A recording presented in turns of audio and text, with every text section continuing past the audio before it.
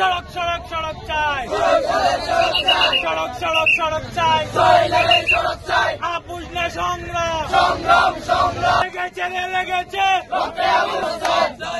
রাস্তা চাই, দাবি মুদের একটাই।